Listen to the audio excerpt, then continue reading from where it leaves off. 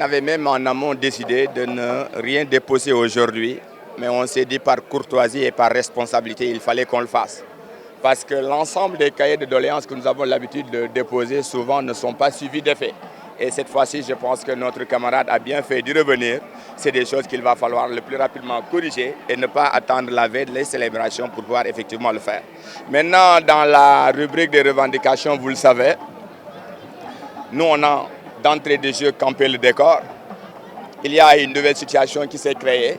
Mais nous concernant, ce n'est pratiquement pas une nouvelle situation qui se crée, mais plutôt c'est la continuité.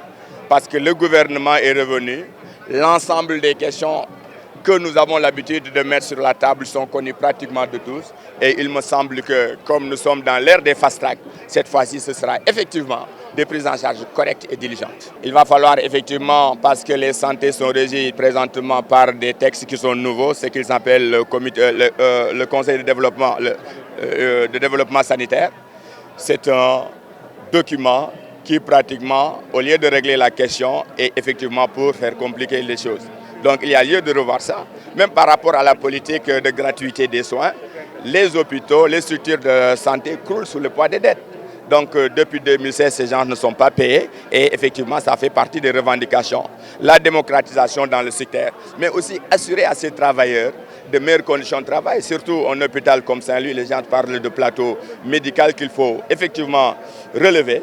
Parce que la plupart des prestations, malheureusement, sont faites à partir de Louga ou ailleurs. Et Saint-Louis, une ville qui a plus de 300 ans d'histoire, ne mérite pas effectivement ce sort. Donc il y a des investissements à faire dans le secteur, tant sur le plan matériel, tant sur le plan personnel, pour amener les Saint-Louisiens, effectivement, et les travailleurs de la santé à se retrouver dans cette question sanitaire.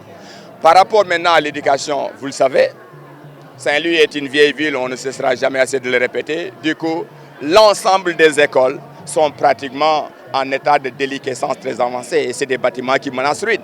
Donc si on ne mène pas une politique hardie en direction de ces écoles, bonjour les dégâts. Et il y a lieu de le dire, chaque année on le répète et c'est toujours suivi, ça n'est pas suivi d'effet, l'érection du lycée de Pékin. Le foncier existe, la demande est extrêmement très forte, on ne sait pas pourquoi jusqu'à présent que cette situation n'est pas dépassée.